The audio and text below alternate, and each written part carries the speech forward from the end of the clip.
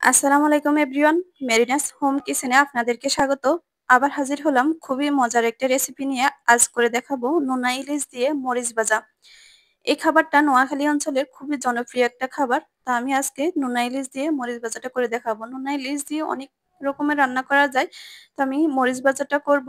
আশা করি আমার রেসিপিটা আপনাদের কাছে ভালো লাগবে। তো প্রথমে চুলায় আমি একটা কড়াই বসিয়ে দিলাম, এর মধ্যে 4 টেবিল চামচের মতো রান্নার তেল দিয়ে দিলাম। তেলগুলো যখন একটু গরম হলো, এর মধ্যে আমি হাফ কাপ পেঁয়াজ কুচি দিয়ে দিচ্ছি একটু ভেঙে।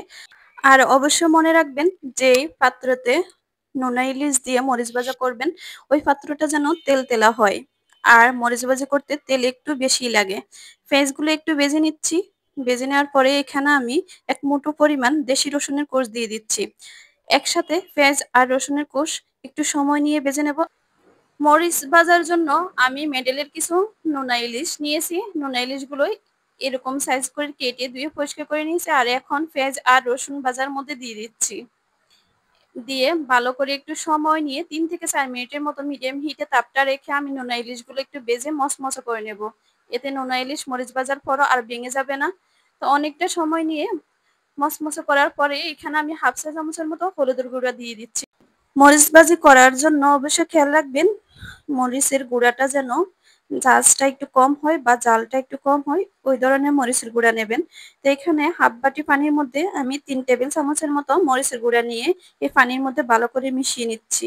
মিশিয়ে একটু রেখে দিলাম 2 থেকে 3 মিনিটের মতো সময় নিয়ে। আর এখানে আমি হাফ চা চামচের যে হলুদের গুঁড়া দিয়ে দিলাম, এগুলো ভালো করে মাছের সাথে মিশিয়ে নিয়ে আর একটু ভেজে নিয়েছি। আর এখানে এই গুলানো মরিচগুলো দিয়ে দিচ্ছি, দিয়ে একটু নেড়ে ছেড়ে দিচ্ছি। বাটির মধ্যে যে সামান্য একটু মরিচ লেগে আছে ওটার মধ্যে হালকা একটু পানি মিশিয়ে আমি এর উপর দিয়ে দিচ্ছি। এতে আর অতিরিক্ত পানি দেওয়ার কোনো প্রয়োজন নেই, এই পানিতে যথেষ্ট হয়ে যাবে। আর অবশ্যই মরিচ ভাজি করার জন্য ফুল হিটে তাপটা রাখবেন না, তাপটা মিডিয়াম টু লো হিটে রাখবেন। সামান্য একটু লবণ দিয়ে দিচ্ছি, কারণ প্রথমে আমি লবণ দিই নাই। আর এমনিতে লবণ দেওয়া লাগে না নোনা ইলিশ দেওয়ার পরও, তারপরেও পর্যাপ্ত পরিমাণ লবণ থাকে। তো এখন ঢাকনা দিয়ে ডেকে আমি 3 থেকে 4 মিনিটের মতো সময় নিয়ে এই পানিটা শুকিয়ে নিলাম। আর দেখুন পানিটা সম্পূর্ণ শুকিয়ে গেছে, এখন তেল তেল ভাবটা আছে। এই পর্যায়ে চুলার হিটটা আরেকটু লো করে দেব। আর কিছুক্ষণ পর পর একটু নেড়ে দেব।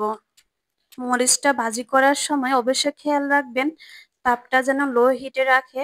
আর কিছুক্ষণ পর পর সময় নিয়ে নেড়ে চেড়ে দিবেন। মরিচটা যত বেশি টানাবেন তত বেশি মরিচের ঝাঁঝটা কমে যাবে।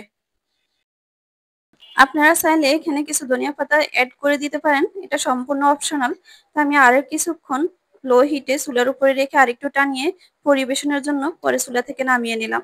আশা করি বরাবরের মতো আমার আজকের রেসিপিটা আপনাদের কাছে খুবই ভালো লাগবে। এতক্ষণ সাথে থাকার জন্য অসংখ্য ধন্যবাদ। দেখা হবে নতুন কোনো ভিডিও নিয়ে। সবাই ভালো থাকবেন। আল্লাহ হাফেজ। আসসালামু আলাইকুম।